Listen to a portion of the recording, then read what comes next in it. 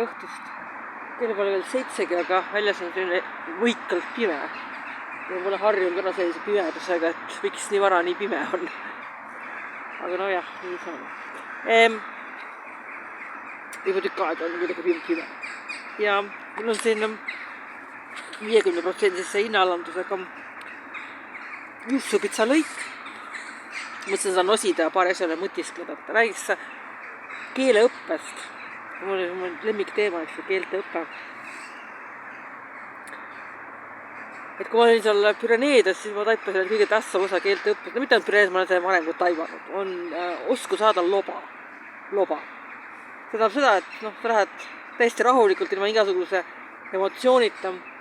Lähed näiteks leivavoodi, näiteks Prantsusmaal, osanda prantsuse keeles sarvesaia, pain au chocolat, soovid inimestele head päeva prantsuse keeles, enne muidugi tervitad enne ostnud.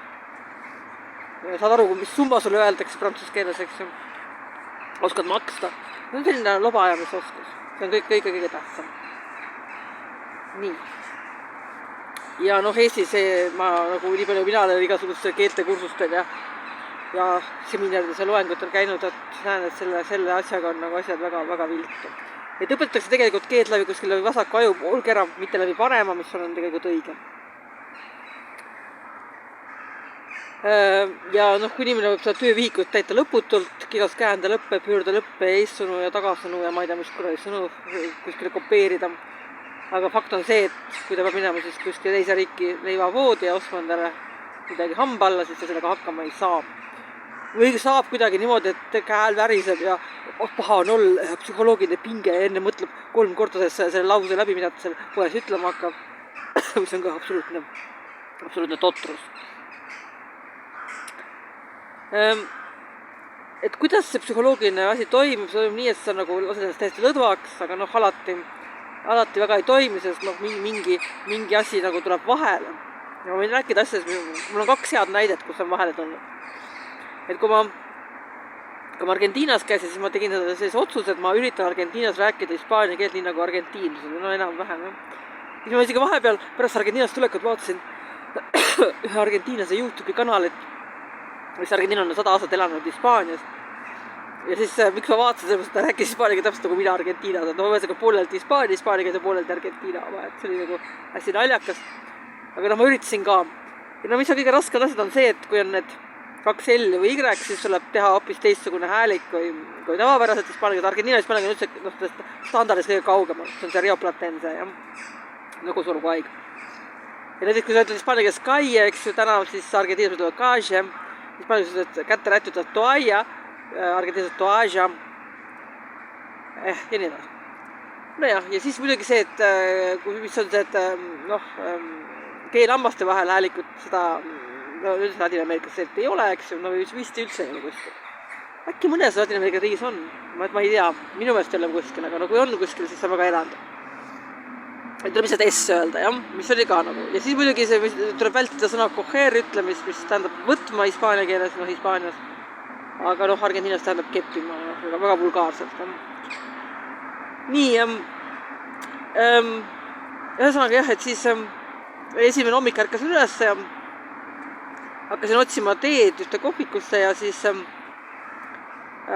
oli seal üks nooruk, oli mingi töötaja, mingi teetööline või ma ei tea, mis ta seal oli. Ühesõnaga ta millega ta tegeles. Võib-olla oli sama möödakäija ka, ma ei mäleta. Ja ma küsin ta käest viisakalt, kus asub siis see tänava nimi oli siis 5. mai, hispaanias oleks 5 de mayo, aga Argentiinas võiks tõmbada 5 de mayo. Ja mis meil siis juhtus? Kuigi ma olin oma aju ära lõdvestanud, siis esimene sõna läks täppi. Ma ei pannud keelt hammaste vahel, ütlesin 5, kuigi osanud öelda 5. Aga teine sõna, või see 3, sest teie on juba 3 sõna.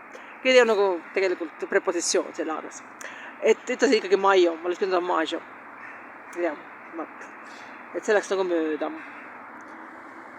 Aga, ja niimoodi, sarnased sõnad läksid mul esimesed 2 või 3 päeva mööda. Ma võisin küll aju ära lõdvestada, aga siis ei tulnud. Aga mingi 3. päeval oli nii järsku taipasin, et tuli. Ja ootamatult. Et see oli sellepärast, et ma olin alguses nagu lõdvestunud, aga mul nagu ei tulnud mingi osa just tulnud nagu mesti selle õige osaga. aga isegi siis, kui ma valesti asjad läksin, siis ma nagu säitsin rahu ja ma nagu ei nüpeldanud ennast ega ma ei hurjutanud ennast ega ma ei läinud endale nagu vihaselt kallale, ma lihtsalt naersin rõõmsalt ja ütlesin küll tule. No Eestis oli samasugune olukord on see, et et nüüd Tallinnas öeldakse tere hommikust ja Tartus pigem tere hommikut. Ma tahtsin ka kogu aeg tere hommikut, aga asjad ei tulnud. Kui kuude viisi ei tulnud, ikka ma mõtlesin küll, ma ütlen tere hommikut, aga ikka ütlesin tere hommikust. Aga siis ühel päeval ootamatult ma mäletan, kui ma ilma mõtlemata oli tere hommikut. Ja nüüd on nii, kuidas kunagi, mõnikord mõtlen tere hommikust, mõnikord ütlen tere hommikut, kui keegi läheb mööda. Ja see on nagu selles mõttes, mis selle loo moraal on? Selle loo moraal on see, et aju tuleb hästi lõdvestunud, aga töötavas seisundis. Ja siis kui läheb valesti, siis tuleb lihtsalt rahulikult võtta. Nii kaua tuleb rahulikult võtta, kui õigesti tuleb. Aga jah, aga mis selle nagu tingimus on, kogu selle mängu tingimus on see, et loba ajamine on kohustuslik. Et sa ei ole nii, et sa nagu üritad seda kuidagi ära viilida. Seda ei ole, et sa mingit muud keelt hakkad rääkima või midagi sellist. Et sa ei viili ära. Et sa teed nii hästi, kui suudad, aga hästi iga kord, et lõdvestunud olekus, aga töötavas lõdvestunud olekus, jah. Ja siis kuni mingil hetkel iseenesest, ja see on alati iseenesest lõpuks täppi läinud, alati.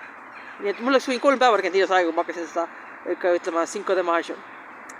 Aga 3 päeva läks aega, enne ei saanud. Millegipärast, kui ma kogu mõtlesin, ma ütlen seda, siis ma kiiresti rääkides läks meelest ära ja kogu aeg ütlesin mingis. Aga huvitav see, et see keel hammaste vahelt ära tõmbamine, see ei läinud meelest ära. Keele ma suutsin ikka kuidagi taha tõmmata. Selle ma suutsin nagu kohe teha, aga just rääkida nagu seda nagu häälikut, selleks nagu, see on nii veider nagu, sest kui sa Hispaanias harjud rääkima nagu mingi maio, siis sa ei saa ju käskelda majo, see on nagu hästi veider, see on kohutavalt veider. Aga lõpuks tuli. Nii, et tänased loo siis tuub, lõdvestunult tuleb ajada loba, aga aju peab olema samal ajal nagu selline ärgas ja selline töötab.